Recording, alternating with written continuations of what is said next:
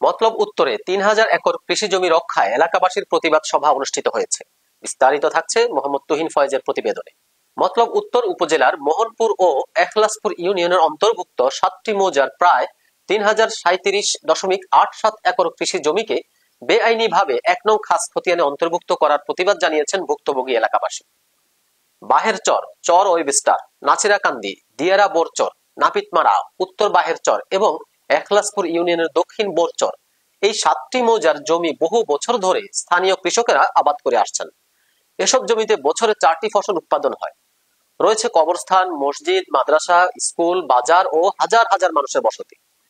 প্রায় ৩০,০০০ মানুষের জীবন জীবিকা সরাসরি এই জমির উপর নির্ভরশীল। এই জমিগুলো খাস খতিয়ানে অন্তর্ভুক্ত করে ইকোনমিক জোনকে প্রদানের প্রক্রিয়া চালিয়ে যাচ্ছে বলে অভিযোগ উঠেছে।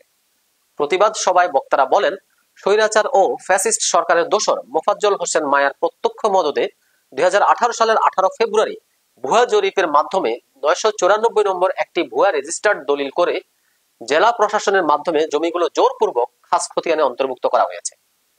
এই ষড়যন্ত্রের প্রতিবাদে শুক্রবার মতলব উত্তর উপজেলার এখলাসপুর ইউনিয়নের চর কাশিম উচ্চ বিদ্যালয় প্রাঙ্গণে বোরচর এলাকাবাসীর আয়োজনে মানববন্ধন ও প্রতিবাদ সভা অনুষ্ঠিত হয়েছে।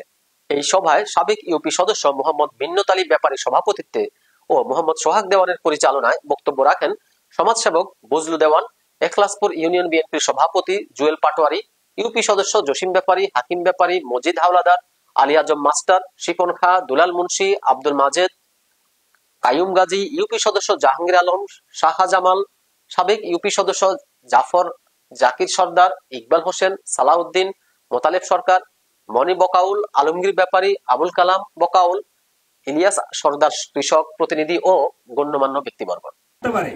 ভাই ভাই মতামত থাকতে পারে, প্রতিবেশী মতামত থাকতে পারে, দলের মতামত থাকতে পারে, কিন্তু এই দেশ রক্ষার্থে আমরা বোরচরবাসী সব এক। এই হলো আমাদের কথা।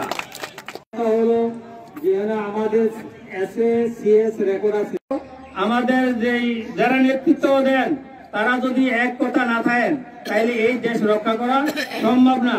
আমি মনে করি দল মত নির্বিশেষে আমাদের দ্বন্দ্ব সবকিছু বলে গিয়ে আমাদের এই দেশটা রক্ষা করার জন্য আমাদের সবার কর্তব্য। জনগণ ঐক্য করেছি, আমরা আমাদের লিগ্যাল দাবি, আমাদের পৈতৃক সম্পত্তি আমরা কোনোভাবে সরকারকে অর্থনীতি অঞ্চল করতে দেব। আপনারা কিছু হলে এলাকার মুরব্বী, এলাকার মান্যগণ্য ব্যক্তিবর্গ, মেম্বার, চেয়ারম্যান এদেরকে দোষারোপ করেন। সালাম জানাই এবং অনুরোধ করব আপনারা বিশেষভাবে এই জনসাধারণের কথাগুলো যেমন সরকারের ঊর্ধ্বতন কর্মকর্তার কান পর্যন্ত পৌঁছে আপনারা সেই ব্যবস্থা করবেন। এই জায়গা জমিনের ব্যাপারে যেন যা কিছু করতে হয় জনগণ আছে সাথে, এবং আমরা মেম্বাররা আছি, আমরা মুরব্বীরা যেই সাজেশন দিবেন ওই সাজেশন মোতাবেক এলাকার জনগণ নিয়ে আমরা এক ধাপে আগে যাব।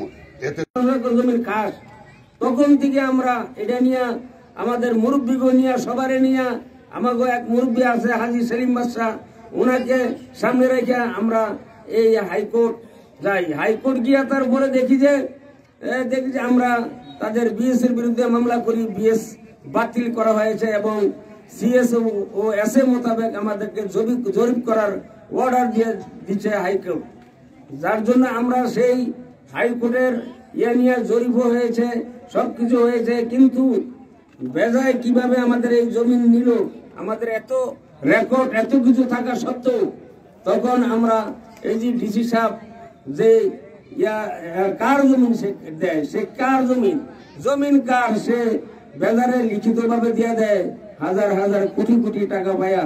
আর আমরা গরিব, আমরা কেটে খাওয়া মানুষ, আমরা জমিন থেকে বেদল হয়ে যাব, এটা আমরা শুনতে আছি, আমরা 1 টাকাও পাবো না, এটা আমরা শিওর হয়ে গেছি। এখন এই যে ষষ্ঠ ব্যাপারে একটু কথা বলতে হয়, মাটির সাথে কোনো কামনা করি এবং আপনারা আপনাদের ন্যায্য অধিকারের জন্য প্রতিবাদ করবেন, এই স্বাভাবিক। আপনাদের সাথে আবারও দৃঢ়কণ্ঠে বলতেছি, আপনাদের সাথে একমত। আমি এটা নিয়ে আমাদের যে এমপি ক্যান্ডিডেট বর্তমানে ডক্টর জালাল আহমেদ সাহেব, ওনার সাথে আমি এটা নিয়ে পরামর্শ করব। প্রয়োজন পড়ে আরো উপরে যাব, যেখানে যাওয়া দরকার সেখানে যাব, কিন্তু আপনাদের ন্যায্য অধিকার ইনশাআল্লাহ। তো সবাইকে আবার আপনারা